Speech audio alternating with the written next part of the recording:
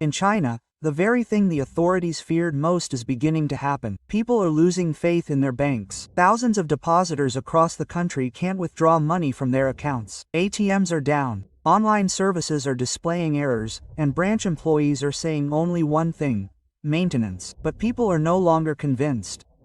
Too much maintenance has happened in recent months. Lines outside banks have been stretching since early morning.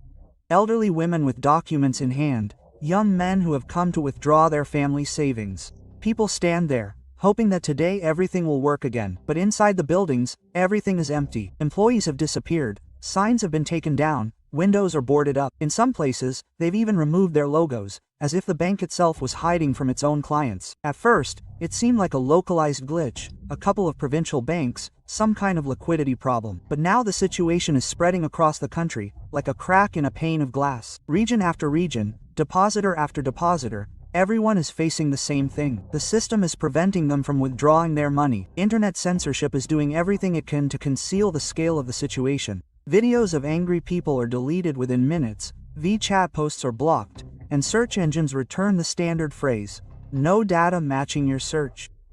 But the network is unstoppable. People are sending videos to each other through closed channels, telling stories of neighbors, sharing photos of empty branches.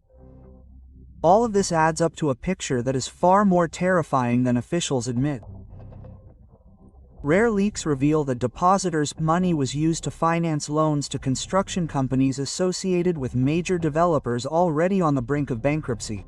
The buildings are still unfinished, the companies collapsed, and people's deposits disappeared along with them. No guarantees, no compensation, just emptiness.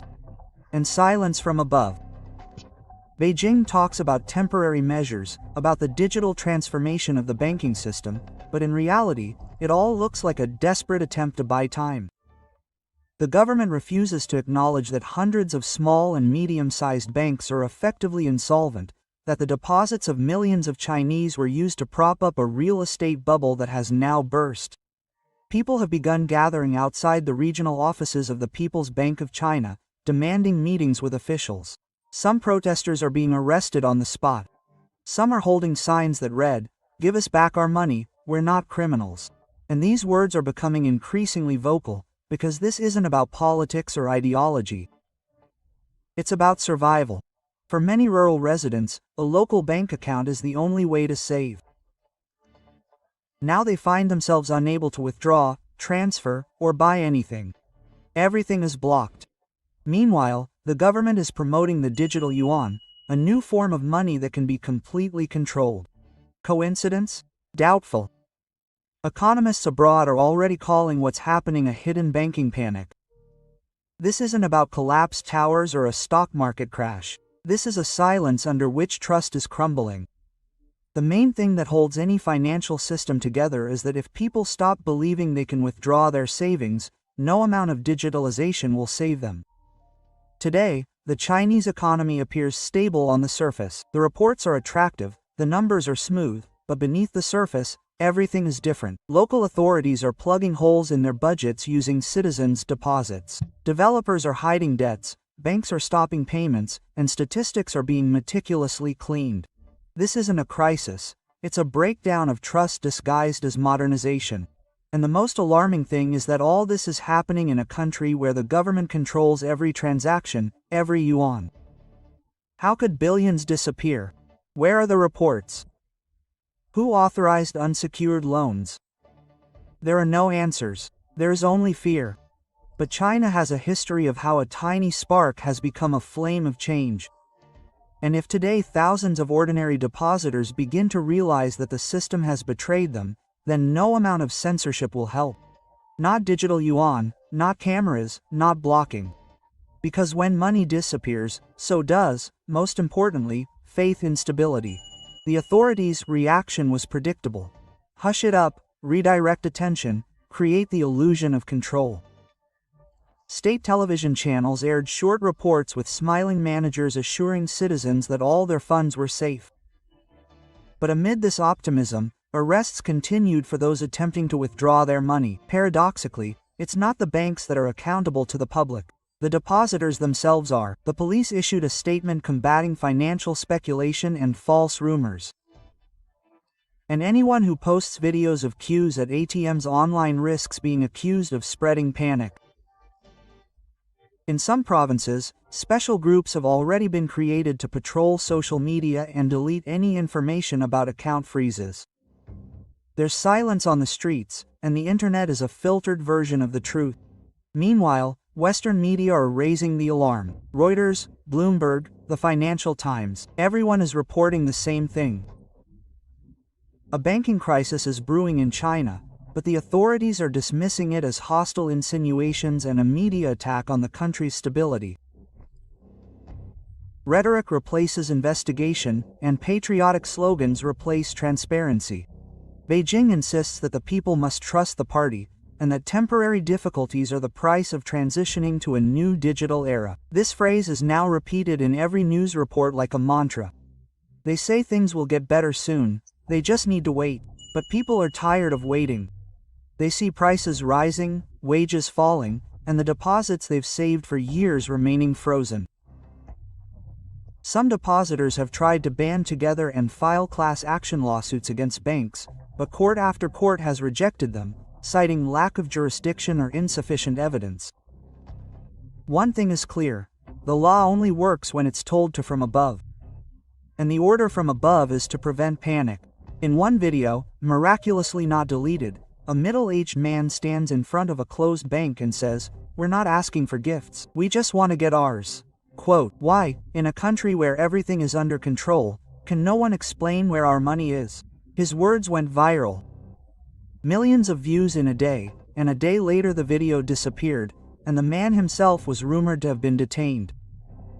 Whispers began in international markets. If even the Chinese have begun to fear their banks, then the system is truly cracking. The yuan has sagged slightly, investors have withdrawn some capital, and large funds have begun to reduce their investments in Chinese assets. It's a chain reaction. Mistrust within the country breeds doubts abroad. Quote, "And all this against the backdrop of growing external pressure, sanctions, and trade disputes. China found itself trapped. On the one hand, it needs to show the world's strength and stability, and on the other, hide its internal weakness. And weakness isn't numbers in reports. It's people standing at closed bank doors with red books in hand. These are faces that no longer fear the authorities, because everything they feared has already happened. To understand why all this happened, you need to look beneath the glossy veneer of the Chinese banking system. From the outside, it appears impenetrable. Major state-owned banks, strict regulators, the powerful People's Bank of China. But beneath this facade, a parallel financial universe existed for decades, a network of regional cooperatives, shadow lenders, and microfinance institutions. They operated outside direct control, promised high interest rates, and used citizens' money for risky investments. It was a system of invisible debt. It fueled a construction boom, allowed companies to build ghost towns, and finance developers without real assets. When the real estate market was booming, everything seemed perfect. Loans were repaid, interest was paid, and banks reported profits. But when the bubble burst, it turned out that this money wasn't profit, it was dust. Tens of trillions of yuan dissolved in the concrete of unfinished towers. Local authorities tried to hide the scale of the problem. They shifted debts from one structure to another, created transition funds, and registered losses as temporary. But with each passing year, the hole grew larger, and at some point, someone decided to plug it at the expense of depositors, simply freeze accounts and call it a temporary test. At the same time, China is actively introducing the digital yuan, a currency that can be completely controlled. Every transaction is visible, every yuan tracked. Officially, it's for convenience and security, and officially, to control citizens' behavior. When money becomes code, it can be turned off, and then the question arises: where does our money cease to have meaning? It no longer belongs to the people, it belongs to the system. This is a worrying signal for the global economy. If banking trust collapses in China, the entire Asian market suffers. Southeast Asia is dependent on Chinese loans, Africa on Chinese investments, Europe on Chinese supplies. Any disruption to China's financial system has a domino effect, and the longer the authorities try to hide the reality, the more painful the awakening will be. The digital yuan is being touted as a new era, but it's actually a way to freeze old problems under the guise of technological progress. Not to solve, but to control. Not to save, but to contain. Instead of banking reform, a QR code. Instead of economic freedom, a digital leash. And all this under the slogan of stability and order. That's precisely why the current banking panic isn't a fluke or a temporary glitch. It's the result of decades of artificial growth, corruption, and a fear of admitting mistakes. When an economy is built not on trust but on coercion, it only takes one glitch for the entire structure to begin to crack. And that moment seems to have already arrived. Today, China stands on the brink of a choice that will determine its future. Either the authorities acknowledge the scale of the problem and allow the system to cleanse itself, or they continue to tighten the screws, turning the financial panic into a political crisis. So far, everything points to the latter scenario. People are being led to believe the problem has been solved, but if you listen closely, a dull rumble of mistrust is permeating the country. Cash payments are increasingly being used in stores. Those who can are saving whatever banknotes they can from banks. Depositors are breaking up their deposits into small amounts, afraid to leave money in their accounts. Those who can afford it are transferring funds abroad, buying gold or cryptocurrency, despite the restrictions. Officially, it's patriotic sabotage. In reality, it's an instinct for self-preservation. Local officials clearly understand that if people completely lose faith in banks, maintaining order will be impossible. Any discontent in China could escalate into something much larger. And so, instead of transparency, repression, and open discourse, there's propaganda. But you can't build an economy out of fear, and millions of citizens are already feeling it. In recent months, demand for foreign currencies and precious metals has skyrocketed. Gold stores are recording record sales. This is the people's silent reaction to official declarations of complete stability.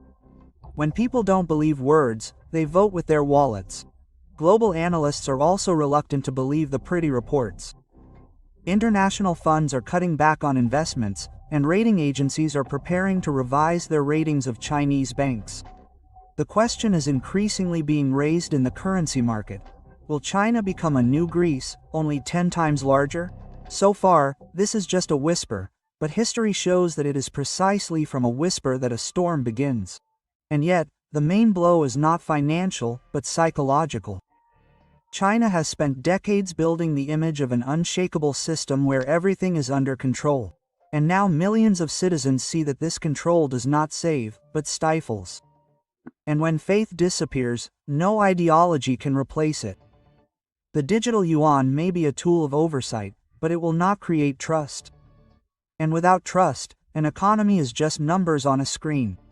The panic in Chinese banks is not an end, but a symptom. The beginning of a new era, where old models no longer work, where stability can no longer be bought with fear, where control does not equate to trust. And the longer the system pretends that everything is under control, the closer the moment comes when the mask will finally come undone. When this happens, the money that disappeared from accounts will no longer be the main loss. The main one will be the lost faith in the state's ability to protect its citizens. And then, for the first time in a long time, China will feel that true strength lies not in censorship, not in numbers, not in new technologies, but in honesty.